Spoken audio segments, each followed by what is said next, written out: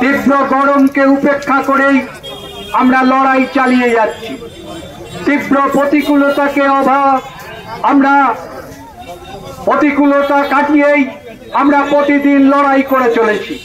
আপনারা জানেন 14 বছর ধরে আমাদের রাজ্যে একটা গুন্ডাদের সরকার চলছে, যারা মানুষকে ভোট দিতে দেয় না, মানুষকে কথা বলার অধিকার দেয় না, কৃষকের ফসলের লাভজনক দাম দেয় না, শ্রমিকের মজুরি দেয় না, বস্তিবাসীদের উচ্ছেদ করার ব্যবস্থা করে এবং রেলের জায়গা থেকেও কেন্দ্রীয় সরকার আজকে বিভিন্নভাবে তারা উচ্ছেদ করার চেষ্টা করছে।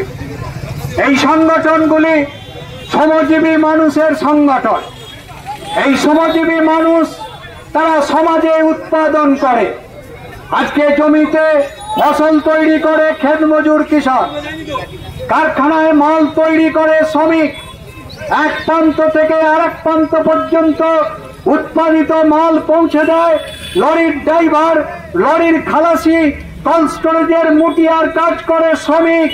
আজকে যে কোনো উন্নয়নের কাজ, রাস্তা হোক, ব্রিজ হোক, সমস্ত দেশের উন্নয়নের কারিগর হচ্ছে শ্রমজীবী মানুষ। আজকে স্বাধীনতার কত বছর পূর্ণ হলো? আজকে 77 বছর, আর কয়েকদিন বাদে স্বাধীনতার 77 বছর পূর্ণ হতে চলেছে।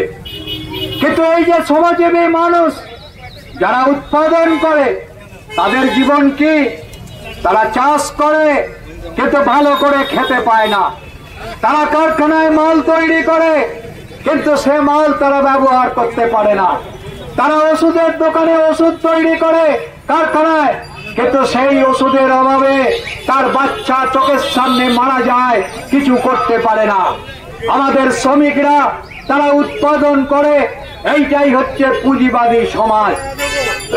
তাই আমরা CITU, কৃষক সভা, ক্ষেত মজুর সংগঠন, আমরা এই ব্যবস্থার উচ্ছেদ চাই।